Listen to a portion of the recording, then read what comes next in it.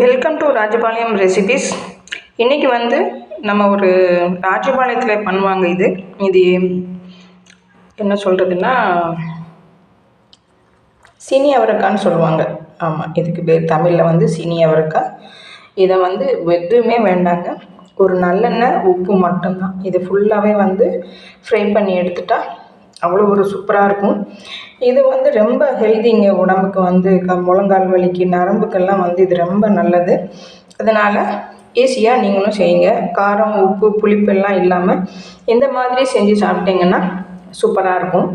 இதெல்லாம் என்ன பண்ணுவாங்கன்னா, அங்கே நெல் அறுவடைக்கெல்லாம் போவாங்க இல்லையா ஜென்ஸுங்க, அப்போ எள்ளு துவையலும் இதுவும் அவங்க ஒரு தயிர் சாதத்துக்கு கெட்டி கொடுப்பாங்க வீட்டில். நான் பார்த்துருக்கேன் சின்ன பிள்ளைங்க. நான் இது பண்ணுவேன். சரி, உங்களுக்கு ஷேர் பண்ணலாம் அப்படின்னு சொல்லிட்டு தான் இன்றைக்கி இது ஃப்ரெஷ்ஷாக கிடச்சிது நமக்கு இந்த சீனி அவரைக்காய், அதனால் பண்ணுறோம். இது எப்படி பண்ணுறதுன்னு பார்த்துடலாம் வாங்க. வெறும் நல்லெண்ணெய் மட்டும்தான், வேறு எதுவுமே எந்த எண்ணெயும் இது நல்லா இருக்காது. நல்லெண்ணெய்க்கு தான் இது டேஸ்ட்டு. சின்ன வெங்காயம், ஒரே ஒரு பச்சை மிளகாய், இந்த தேங்காய் பல்பெல்லாம் கட் பண்ணி போட்டுருக்கோம், உப்பு, நல்லெண்ணெய், அவ்வளோதான். வேறு எதுவுமே தேவையில்லை.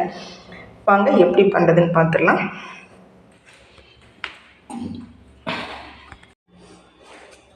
இப்போ ஸ்டவ் ஆன் பண்ணிக்கோங்க. கடாய் கொஞ்சம் சூடேறட்டும். அப்புறம் நல்லெண்ணெய், நமக்கு உப்புங்க, அவ்வளோதான். வேறு எதுவும் தேவையில்லை.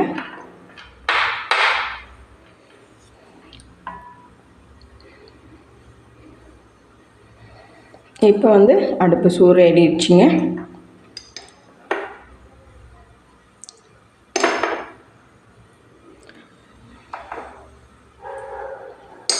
இந்த வெங்காயம் வதங்குற அளவுக்கு நம்ம நல்லெண்ணெய் ஊற்றி தான் ஆகணும். இது குட்டி ஸ்பூனுனால நிறைய உங்களுக்கு தோணும்.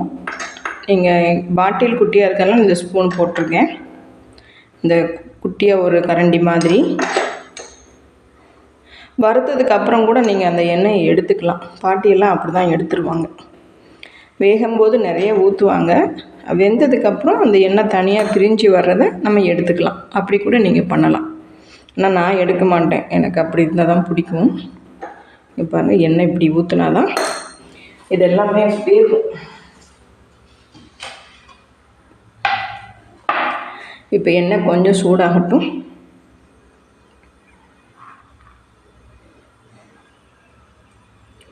சூடானதுக்கப்புறம் இந்த வெங்காயம், பச்சை மிளகாய்,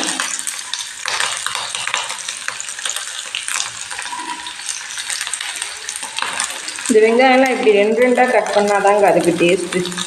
இதுக்கு காம்பினேஷன் எள்ளு துவையல் தான், அது ரொம்ப நல்லாயிருக்கும்.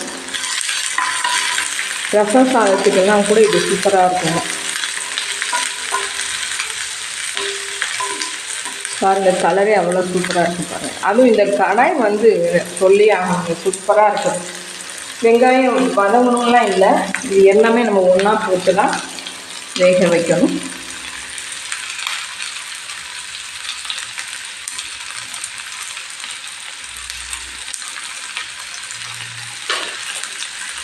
அவ்வளோதாங்க. இது கிளறி கொடுத்துட்டிங்கன்னா ஒரு 10 நிமிஷத்தில் வெந்துடுங்க. இது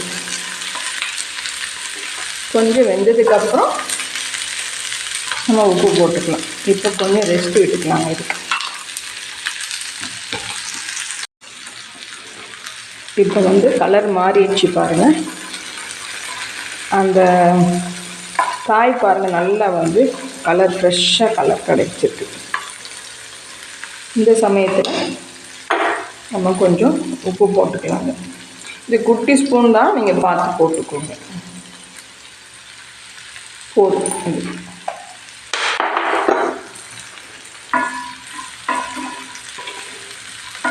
இது எல்லாம் ஒரு சொட்டு கூட தண்ணி ஊற்ற வேண்டாங்க. இது அப்படியே மூடி வச்சிடலாம். ஒரு பிளேட் வச்சு மூடி வச்சுங்க. ஒரு 10 நிமிஷத்தில் வெந்துடும். வெந்ததுக்கப்புறம் பார்க்கலாம்.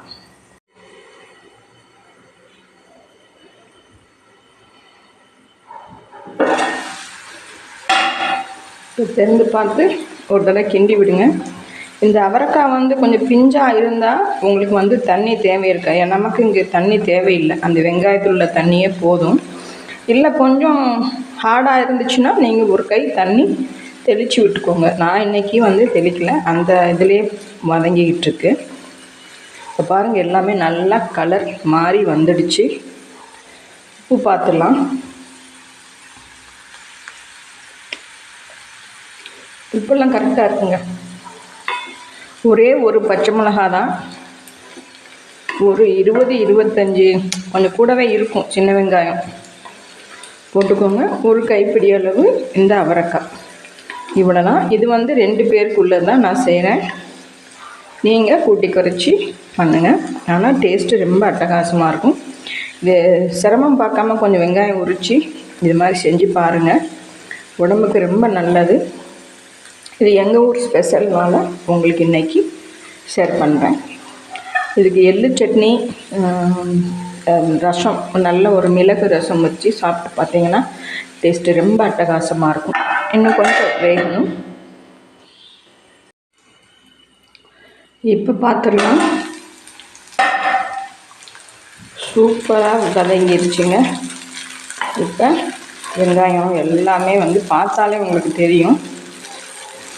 அந்த மூடி வச்சா அந்த வெங்காயத்தோட தண்ணியிலே இது எல்லாமே வதங்கிடும். நான் என்ன சொல்கிறேன்னா, அந்த கொஞ்சம் ஹார்டாக இருந்த கத்திரிக்காய், இது அவரைக்காய் எடுத்தீங்கன்னா கொஞ்சம் தண்ணி தெளிச்சுக்கோங்க, தண்ணி ஊற்றிடாதீங்க. நல்லாவே வந்திருக்கு வெங்காயம். லைட்டாக அந்த ஸ்வீட்னஸ் இருக்கும்னு பார்த்தீங்களா, அப்பா அது சூப்பராக இருக்குது. இது ரசித்து சாப்பிட்டீங்கன்னா ரசம் சாதத்துக்கு வச்சு சாப்பிடுங்க. இல்லை தயிர் சாதம் ஒரு நெய் போட்டு சின்னதாக ஒரு தாளிப்பு கொடுத்துட்டு கொஞ்சம் வெண்ணெய் போட்டு அதோடு இதை வச்சு சாப்பிட்டீங்கன்னு வைங்க, வேறு எதுவுமே உங்களுக்கு தேவையில்லை. அவ்வளோ தேவாமிர்தமாக இருக்கும்.